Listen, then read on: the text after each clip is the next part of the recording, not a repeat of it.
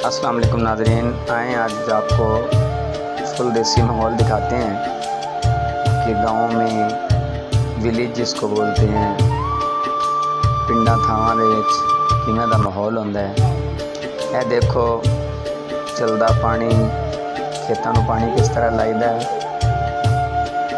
खेतां नूं पानी किस तरह, उही पानी लोग चेहरा धोंदे ने, अपना मूँह धोंदे ने, क्योंकि उन्होंने यकीन है कि यह पानी अल्लाह ताला की नेमत हैगी आ ते वो शुक्र अदा करते हैं। यह पुराने वक्तों के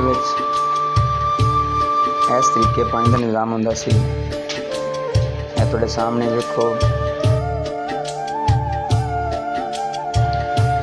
ते हुण ते वेखो कि यह सोलर प्लेटां का सिस्टम आ गया है।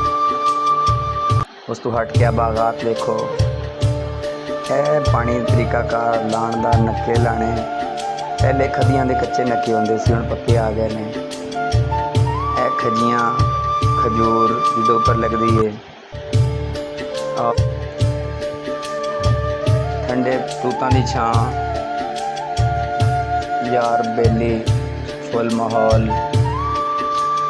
और उस तो बाद बिल्कुल सादा लोग, यह देखो इस तरह के टुटे बजे रस्ते, एक वैन आनी जी कोई तकरीबन 2 घंटे बाद आनी, कच्चे घर, कच्चियां कंधां और माल मवेशी, बकरियां वेखो कितनियां प्यारियां, बहुत ही खूबसूरत माहौल। खुले माहौल के अंदर अपना चारा चर रही ने, फिज़ा बहुत प्यारी है। यह देखो